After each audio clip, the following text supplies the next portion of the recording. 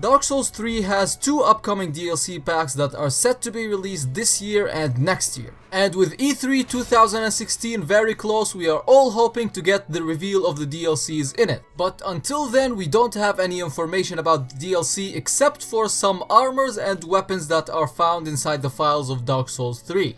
I am SK, and today I'm going to be showing you possible DLC, armors and weapons found inside the files of Dark Souls 3. So without further ado, let's go. The first armor set is the Burial Knight set, and the description of it reads: set favored by the former order of the Burial Knights, formal wear often mistaken for ceremonial purposes, made from the same alloy that is used on the battlefield. It is little on the heavy side, although functions well as a defensive item. Now this set looks a lot like, if not identical to, the fluted set from Demon Souls, and it looks much better here in Dark Souls 3 with the added blue cloth and all that, and honestly it's one of the very best looking sets in the game.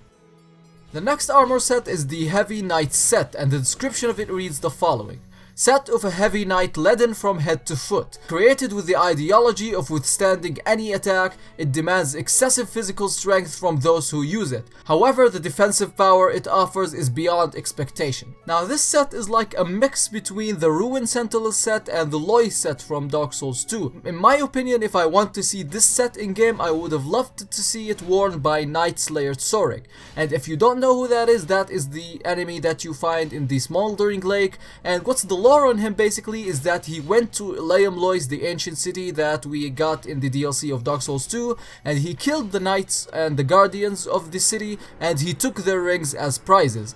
And I don't know, I just see this armor very fitting of him instead of the black iron armor, but whatever, that's just my personal opinion. The next set is the Grotto set, and the description reads: set of a sorcerer who distanced himself from this world.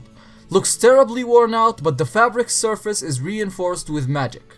Now I think this could have been an unused NPC, or it was just a set that you can find maybe in the swamp of Farron's Keep. That's, I think, the best place that you can find it, but maybe, like with the mention of Grotto, maybe it has something to do, let's say, with Blighttown or something like this, but there isn't anything clear on it, unfortunately. Now let's talk weapons, and the first weapon is the Four Knights Hammer, and it reads: Hammer of the Four Knights writhing in the dark. This hammer was made for battle using a mysterious metal, its sharp edge capable of piercing shields and armor easily, used to mercilessly crush enemies before one's eyes.